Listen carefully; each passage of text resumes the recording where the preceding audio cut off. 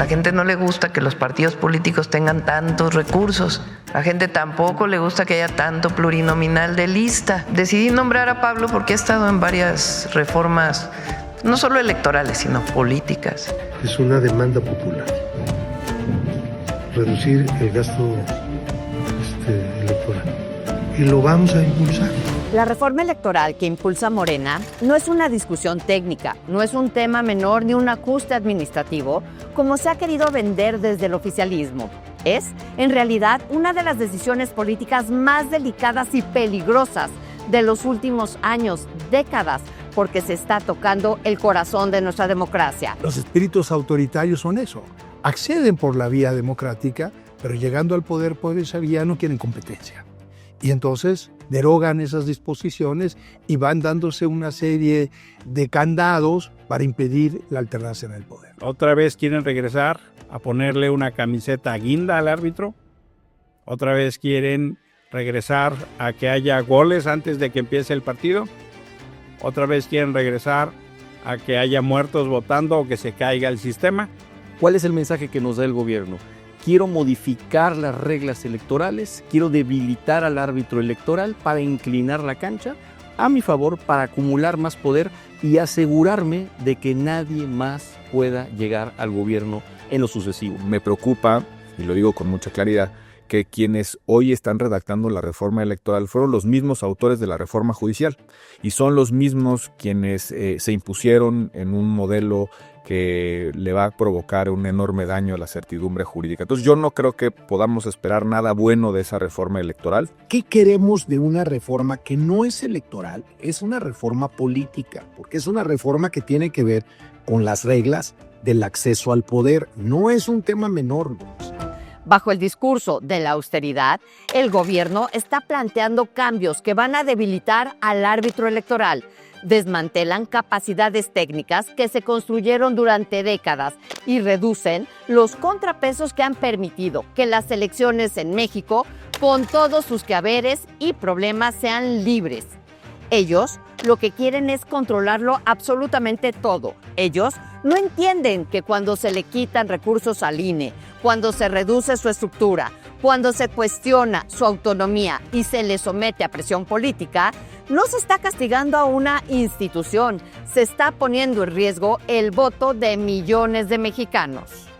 Y no estoy exagerando. Está en juego la independencia de las instituciones que organizan, vigilan y validan las elecciones. También está en juego la representación de todas las minorías del país.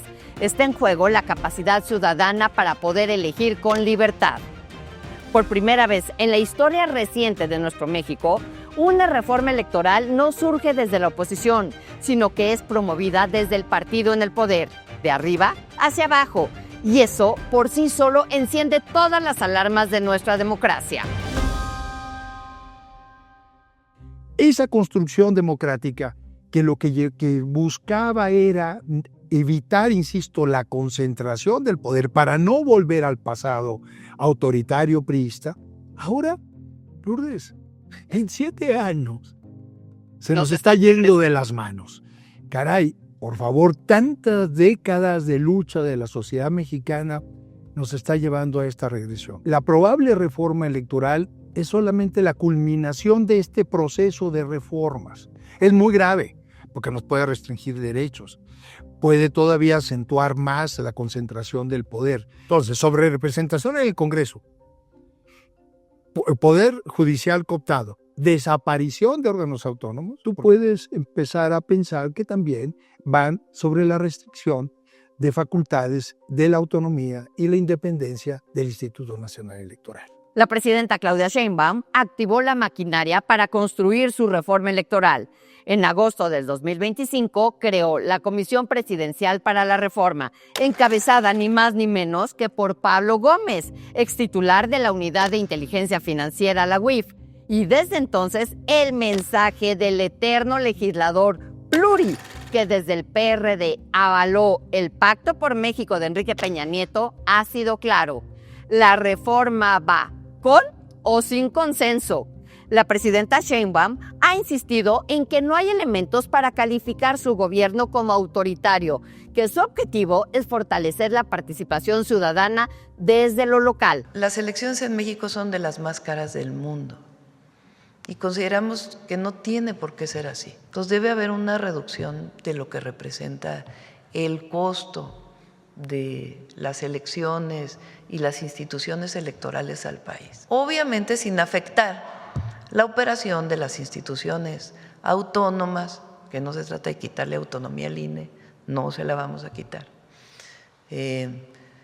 pero pues que sea algo razonable, que las representaciones proporcionales, los llamados plurinominales, si existen, pues que se elijan de una manera distinta, que no sean estas listas de las cúpulas de los partidos, que en realidad pues nunca van a buscar el voto con la gente. Pero el discurso no coincide con los hechos. Fiel a su costumbre, criticó a la oposición por hacer creer que el objetivo de la reforma es perpetuar a Morena en el poder, al grado de que ya algunos la nombran la Ley Maduro. A ver, la oposición e incluso la derecha, no solo nacional, sino internacional, ha querido decir que en México no hay democracia y que México va a un régimen autoritario. Falso de toda falsedad. Lo dejó claro, no habrá diálogo directo con la oposición, no habrá negociación amplia. El intercambio se va a limitar a la Secretaría de Gobernación, a una comisión especial y al legislativo, claro, al de ellos. En pocas palabras, si no eres parte del oficialismo, no eres parte de la conversación, así de claro. Pues es lo que hizo Chávez y lo que hizo Maduro en Venezuela.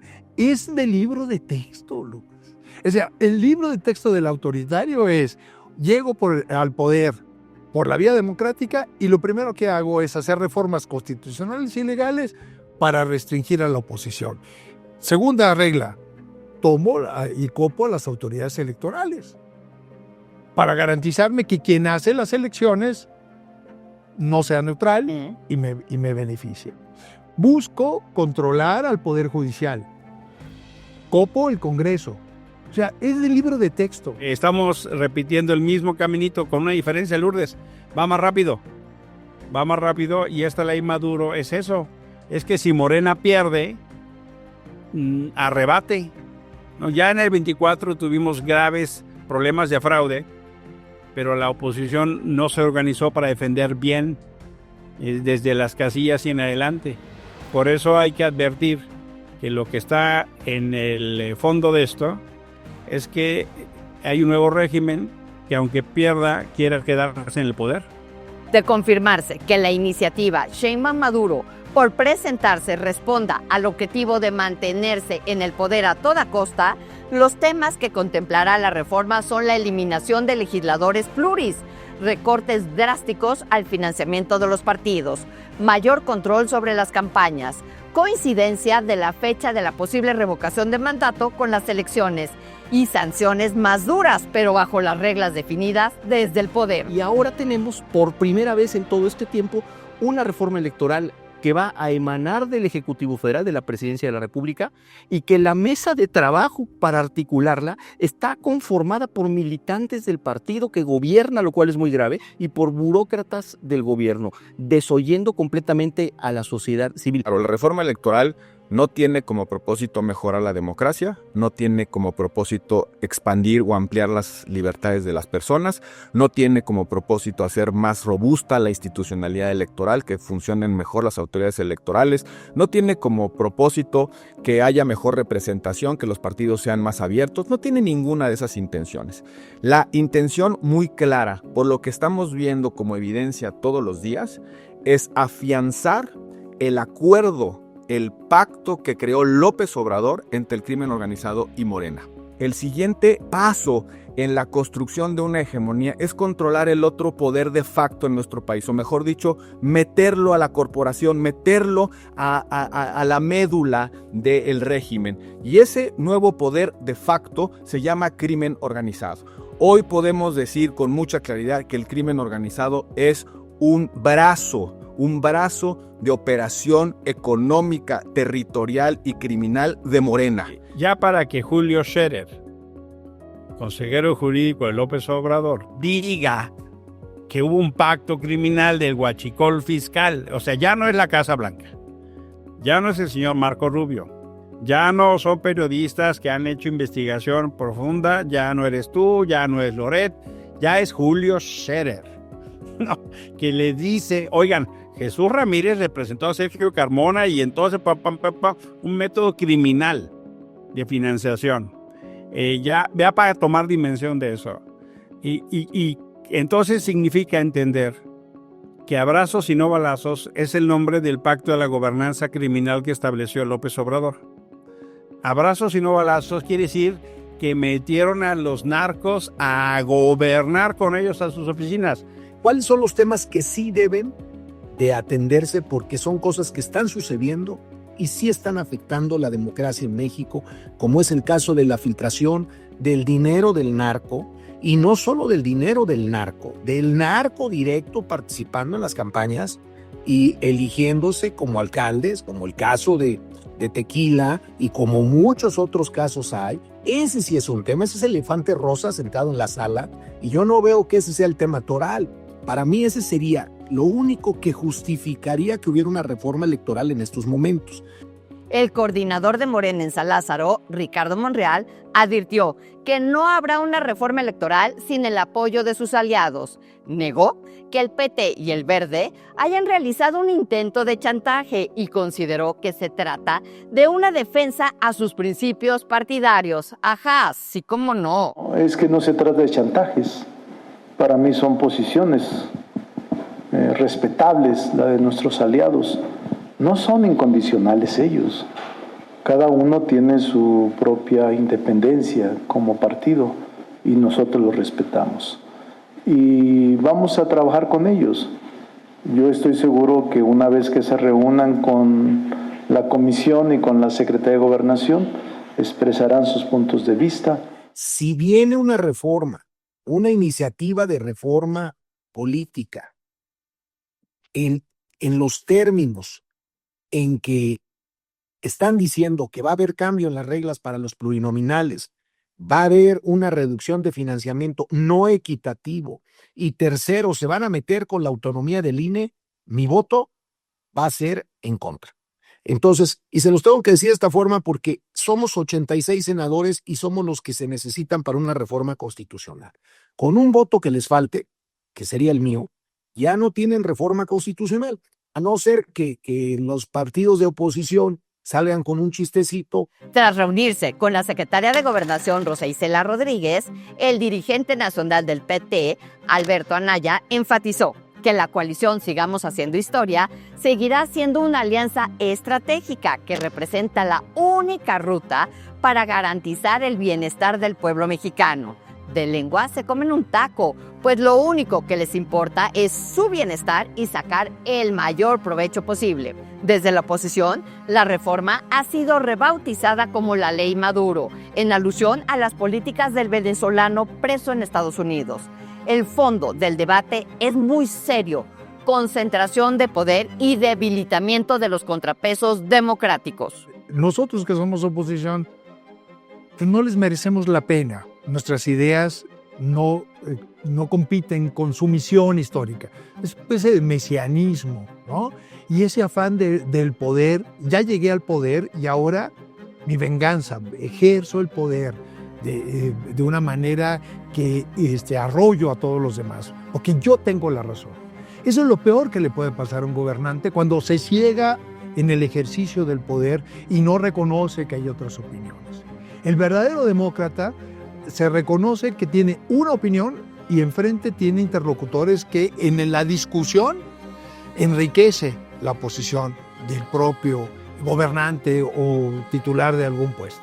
Ya nos han quitado muchas cosas, ya nos han quitado la división de poderes, nos han quitado la autonomía del poder judicial, nos han quitado los órganos constitucionales autónomos, nos han quitado la transparencia, muchos logros que después de muchas generaciones, como dices tú, no por buena onda en el PRI, sino porque estaban obligados, porque perdían legitimidad, fueron cediendo. y hemos venido retrocediendo. Ahora nos quieren quitar lo único que nos queda, decidir por quién vamos a votar. Dicen, es que no conocen la reforma, ¿cómo saben que va en ese sentido? Si nos lo han dicho y una y otra vez, el responsable de gestar esa reforma, el coordinador de ese grupo de trabajo que la está redactando, que es Pablo Gómez, nos ha dicho, no quiero plurinominales. Nos ha dicho abiertamente, no quiero autonomía del INE, eso es gravísimo. Con el chafa pretexto, con un argumento malo, absolutamente absurdo de la austeridad, lo que quieren es básicamente concentrar el poder y desmantelar el régimen de pluralismo competitivo que le ha dado a este país estabilidad política, económica y social, y por lo menos 2 alternancias en el poder. 2 alternancias, me refiero a partidos partidos que ocupan la presidencia de la República. Ha gobernado el PRI, ha gobernado el PAN, ha gobernado la izquierda en México gracias a esas reglas. Y hay quien diría, no hombre, no es cierto, pero se acaba de pasar en Oaxaca. Salomón Jara convocó a una consulta de revocación, la pierde y hace fraude. Entonces, lo que está en riesgo es algo muy elemental, Lourdes. Están en riesgo nuestras libertades y nuestros derechos. De hecho, el Partido del Trabajo reconoció que no habían sido incluidos en los diálogos ni en las audiencias públicas. Y lo mismo ocurrió con el Partido Verde, donde incluso se reportaron fracturas en las dirigencias estatales. Imagínense, y eso que son amigos del Partido Guinda, Morena respondió como suele hacerlo, cerrando filas. Firmaron entonces un acuerdo para refrendar su alianza rumbo al 27 y al 30. La presidenta nacional de Morena, Luisa Alcalde, respondió a la oposición que la cuarta transformación está más fuerte que nunca. La oposición que no tiene proyecto, que no tiene agenda, se frota las manos de vernos divididos.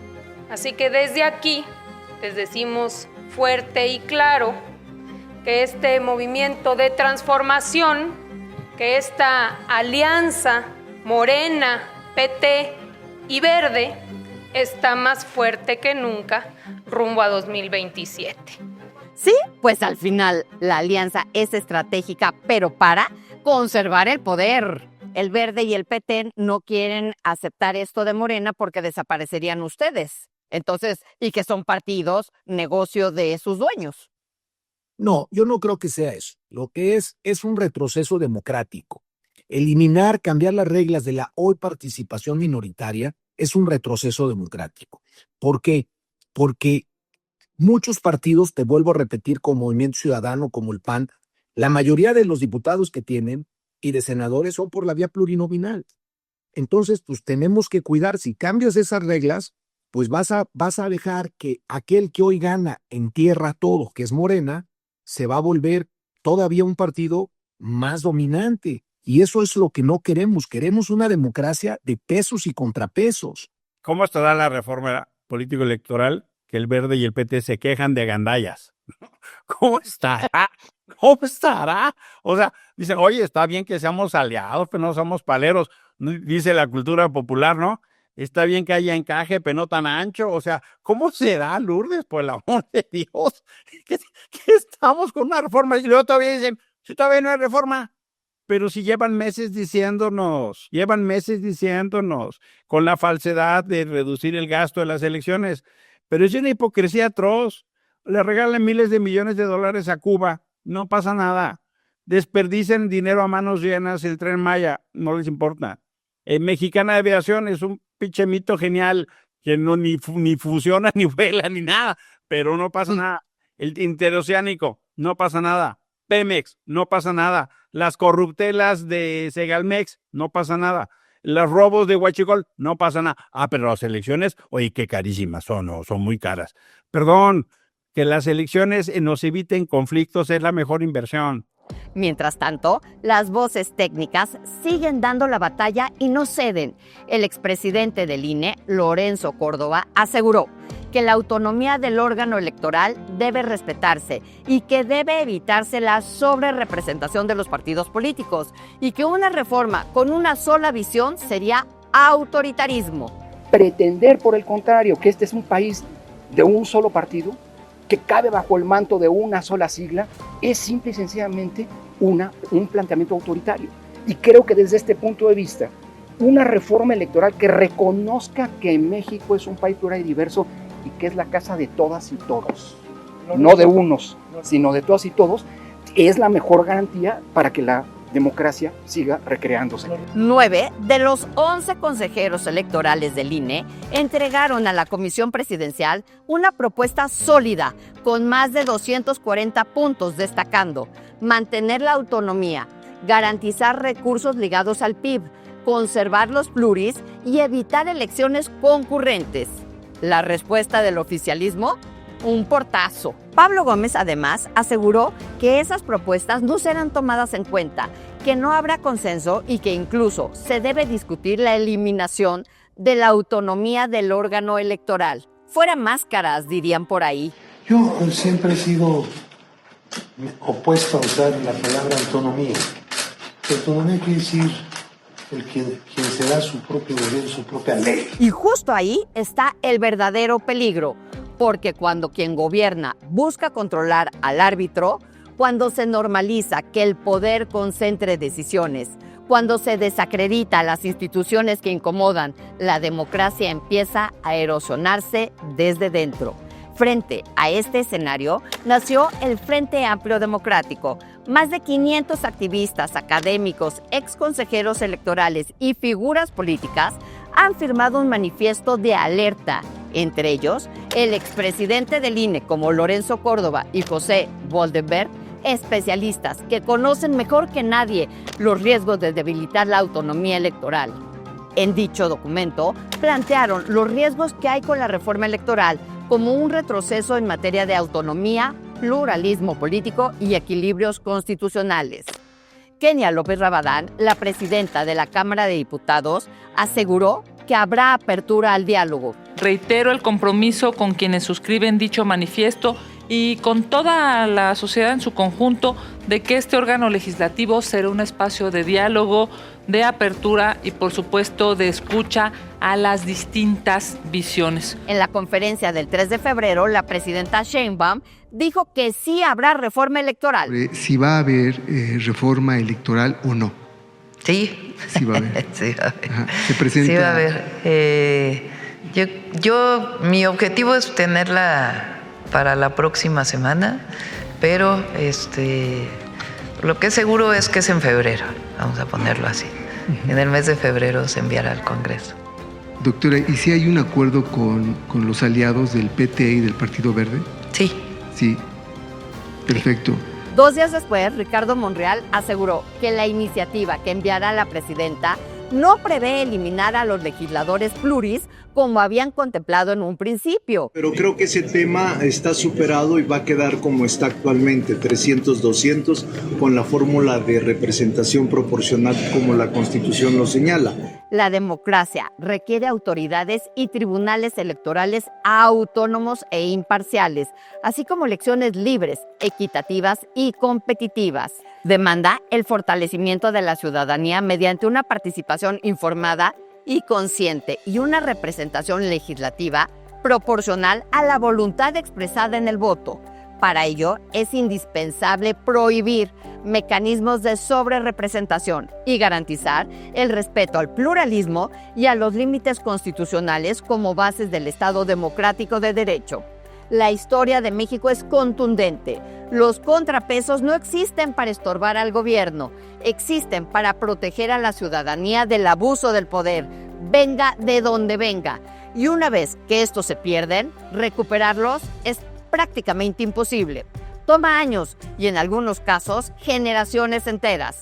Esas pugnas, esos intereses que no están pensando necesariamente en el bien común, en ensanchar las libertades, la libertad de expresión, la democracia, en un país que tenga igualdad de oportunidades, sino en conservar cotos de poder, es lo que está definiendo ahora la reforma electoral. Y no sentar a la mesa, como tú también mencionabas hace rato, a los distintos partidos políticos, como fue toda la transición. La transición se sentaron todos los sujetos que iban a ser regulados por el árbitro a construir las reglas. Es como en cualquier juego.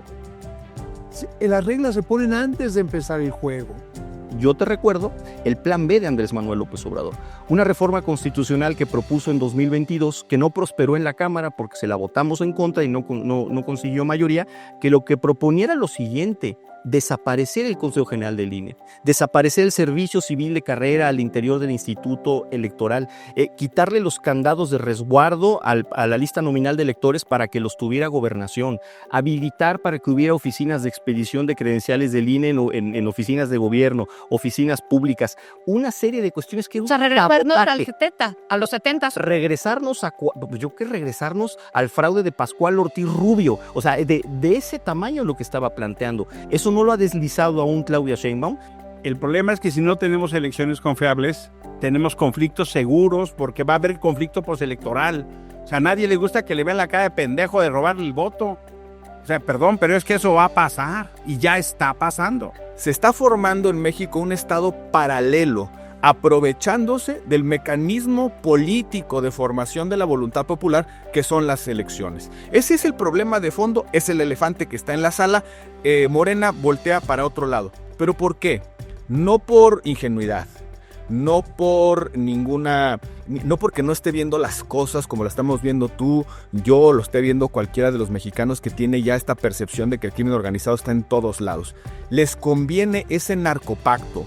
Es implantación territorial del crimen organizado e implantación política a través de un partido hegemónico que concentre todo el poder precisamente para que ese pacto mafioso, crimen organizado y Estado sea viable en el futuro y se sigan hinchando de dinero los mismos que están siendo señalados por todo el mundo y que están sin visas y que gobiernan y que son militantes activos de Morena. La democracia no se defiende sola. Cada retroceso comienza cuando la ciudadanía deja de mirar, de cuestionar y de exigir. Los derechos y las libertades siempre están en riesgo. Hoy, más que nunca, el futuro de nuestras elecciones no puede quedar únicamente en manos del poder. La oposición, yo creo que no ha salido del pasmo del 24. Es una oposición que no ha estado a la altura del papel que debe jugar como oposición, por lo menos para denunciar, si no tienen los números de diputados y senadores, el tamaño de las consecuencias de las reformas que se han venido haciendo, sobre todo del 24 a la fecha. Y no ha estado a la altura de la discusión. Y yo creo que también la ciudadanía dice, bueno, ¿y ahora qué hago? ¿A dónde volteo? ¿Qué oposición? En la medida en lo que hagamos público, lo visibilicemos, ¿no? Demos a conocer las intenciones del gobierno, que quizás sean diferentes a lo que se apruebe al final del día, pero las intenciones autoritarias... Hay que dejarlo muy claro. Ahí quedan. La intención autoritaria de López Obrador, ¿no? Con su plan B, ahí queda, de lo que te acabo de comentar. ¿Y qué fue lo que lo frenó en buena medida? La marea rosa. Allí iniciaron las marchas de repudio a la toma y el control del árbitro electoral. El INE no se toca. Es importante, primero, que entendamos que Morena ganó con estas reglas electorales en el 18, ganó en el 24 y todavía copeteado. Y ahora, ¿cuál es el motivo para cambiarlas ahora? Si hay reformas, te repito, este sí es un tema delicado. Si hay una reforma que hay que hacer, es la que tiene que ver con el narcoinvolucramiento en las campañas y en el gobierno. No nos puede volver a pasar lo que sucedió con la reforma judicial, que por la apatía social, desinformación, con simplemente desinterés, con la ausencia y el vacío de las oposiciones, un día nos amanezcamos con una reforma electoral como fue la reforma judicial, que fue, para mi juicio, es la destrucción de la República en todos los sentidos de la expresión y del constitucionalismo democrático que hemos formado con mucho esfuerzo en los últimos 30 años. No nos debe pasar eso. Y por tanto creo que la ciudadanía se tiene que informar, tiene que participar, tiene que exigir. Aquí no solamente está en riesgo una cuota de poder, posiciones o privilegios. Está en riesgo el derecho a tener derechos. Y el derecho a tener derechos es nuestro derecho a votar. El derecho a votar es precisamente lo que nos permite construir instituciones y exigir tener más derechos. No hay un derecho a la educación si no tengo previamente el derecho a escoger un gobierno que va a tener políticas públicas para mejorar la educación. Si no tengo el derecho a votar, a afiliarme, a asociarme, a tener libertad de expresión, si no tengo ese derecho político básico, no tengo los otros derechos. Y es justamente lo que está en juego, tener el derecho a elegir en libertad quién me gobierna y sobre todo a tener el derecho a expulsar por la vía pacífica de las urnas a los malos gobiernos. ¿De qué tamaño es el riesgo que enfrentamos, Lourdes? Que en una reforma electoral podemos perder el derecho a sacar a los narcogobiernos por la vía pacífica. Y perder ese derecho significa tener que acostumbrarnos a vivir para pagarles el negocio a los criminales. Vivir para servir a los criminales. Las elecciones no deben diseñarse para facilitarle el camino a quien gobierna, sino para ponerle límites.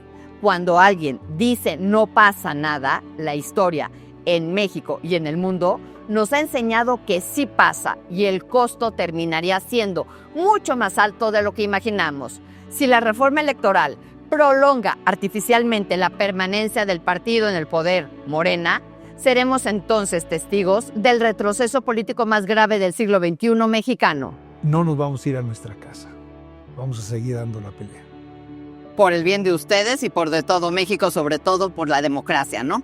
Sobre todo por eso. Muchos años en esto para quedarnos en un rincón viendo pasar el desastre. Eso no se vale. Y no se van a volver cómplices volteando a otro lado. De ninguna manera. Por lo menos por lo que a mí me toca, no. En el momento que la gente tuvo la convicción de que el PRI estaba haciendo cosas que no era correcto, cambió este país. Y por eso tenemos que tener claridad que mientras más tardemos en organizarnos, más tiempo se van a quedar de gandallas. Mientras más tiempo les dejemos hacer cosas sin límite, peor nos va a ir. Entonces no, la opción no es, hombre, fíjate que son muy poderosísimos. No es cierto. La primera cosa que tratan de hacer es hacernos creer que no se puede hacer nada. Y el 54% no representa el 100%. Y suponiendo que es auténtico, sumando sus aliados. Entonces, lo que toca es empezar por entendernos, como diría el primer ministro de Canadá, el poder de los sin poder. Y eso es hablar con la verdad. Y por eso me encanta tanto el título de tu programa.